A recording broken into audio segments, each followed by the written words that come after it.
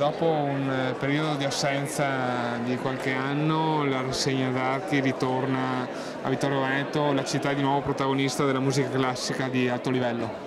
Sì, credo di sì, anche perché il risultato maggiore, la maggiore soddisfazione è stata vedere tutto questo pubblico, anzi il pubblico questa sala non è riuscita a contenere, quindi vuol dire che la città di Vittorio Veneto è legata a questa importante manifestazione.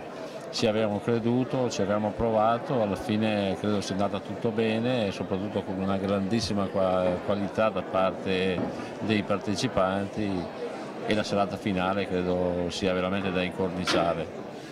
Non credo che ci possa essere nessuno che possa dire qualcosa contro questa manifestazione, e quindi un arrivederci alla 30ª edizione.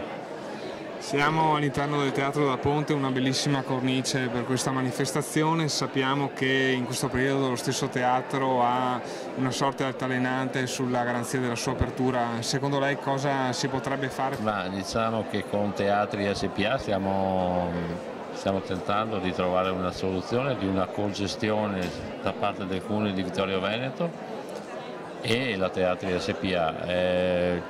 Stiamo cercando di mettere a punto la convenzione, che è quella che poi dovrebbe sancire questo accordo, diciamo, che così la città di Vittorio Veneto può usufruire di questa importante struttura che credo sia straordinaria per come è stata pensata, progettata, con un restauro magnifico, con dei costi improponibili da parte del Comune, ma che possiamo poter usufruire di questa splendida sala credo sia un qualcosa di eccezionale, di straordinario.